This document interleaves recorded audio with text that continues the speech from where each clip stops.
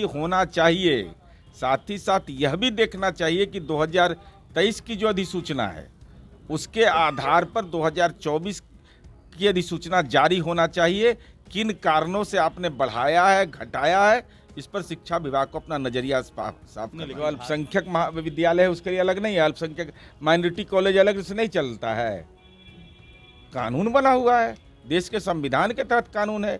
ये केवल यही है, बिहार में है। शिक्षा विभाग के तरफ से नोटिफिकेशन जारी किया गया है और इस पर सवाल भी खड़े किए गए हैं। रक्षाबंधन की छुट्टी जो है वो खत्म कर दी गई है, जिसको लेकर भारतीय जनता पार्टी सवाल खड़े कर रही है कि आखिरकार हिंदू विरोधी सरकार है और उसको लेकर लगातार सुशील कुमार मोदी हों या अन्य जो नेता है भारतीय जनता पार्टी के, वो इसको लेकर सवाल खड़े किए हैं। हम बात करेंगे जेडीयू के मुख्य प्रवक्ता एमएलसी नीरज कुमार हैं उनसे कि आखिरकार आप लोग रक्षाबंधन की छुट्टी खत्म कर दे रहे हैं, हिंदू विरोधी हैं लेकिन टीका लगाए हैं। तो अब माल मलाया ना, भारतीय जनता पार्टी तो यह कह रही थी कि बसंत पंचमी, महाशिवरात्रि, जानकी नवमी जैसे हिंदुओं के तमाम पर्व की छुट्टी खत्म कर दी गई और मुसलमानों की छुट्टी बढ़ा दी गई। सच यह नहीं है। नहीं, रक्षाबंधन की छुट्टी नहीं है, ये तो मानते हैं ना। बता रहे हैं ना, पूरी बात तो बोलने दीजिए। 60 दिन का अवकाश 2023 में भी था, 2024 में भी था। यह भी सही है कि रक्षाबंधन का अवकाश नहीं है, जो कि गलत है। लेकिन यह भी सही है कि जो लोग इसको धर्म के चश्मे से देख रहे हैं उनको 2023 का भी सूची देखना चाहिए कि रमजान के जुम्मे के अंतिम नमाज के दिन छुट्टी थी 2023 में, उसको भी ख़त्म कर दिया गया। शब बारात की छुट्टी जो बड़ी उसको भी कम कर दिया गया। मुहर्रम की छुट्टी को बढ़ा दिया है। लेकिन इसके अलावा जो लोग यह बोलते हैं उनको यह भी जानकारी रखना चाहिए कि छठ पूजा की छुट्टी पहले कितने दिनों का होता था? 2 दिन का, इस बार 3 दिन का हुआ है 2024 में। लेकिन छुट्टी में जो समायोजन होना चाहिए, एडजस्टमेंट होना चाहिए, उसको गंभीरता से विभाग को देखना चाहिए। गलत हुआ है ना, ये मानते हैं ना आप? यह रक्षाबंधन का छुट्टी होना चाहिए। साथ ही साथ यह भी देखना चाहिए कि 2023 की जो अधिसूचना है उसके आधार पर 2024 की अधिसूचना जारी होना चाहिए।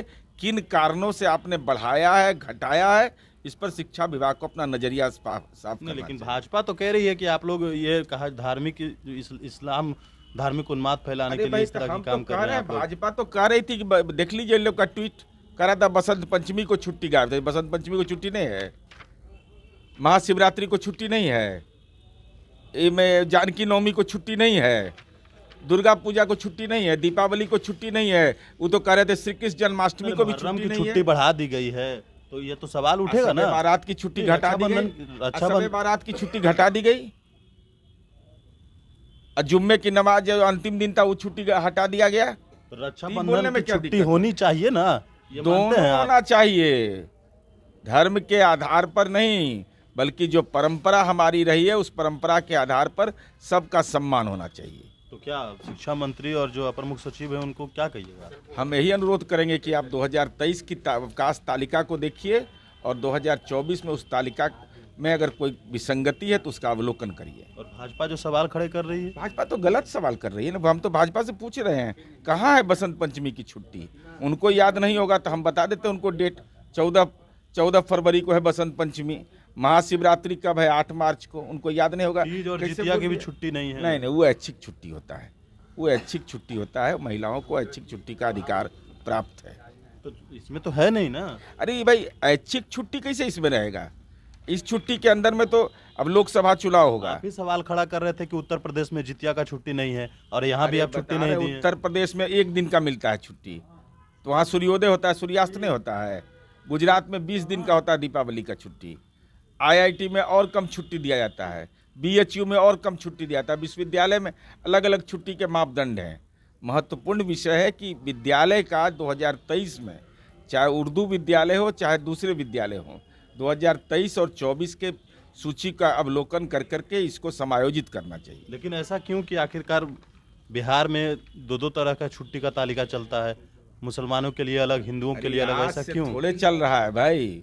जो अल्पसंख्यक महाविद्यालय है उसके लिए अलग नहीं है, अल्पसंख्यक माइनॉरिटी कॉलेज अलग से नहीं चलता है।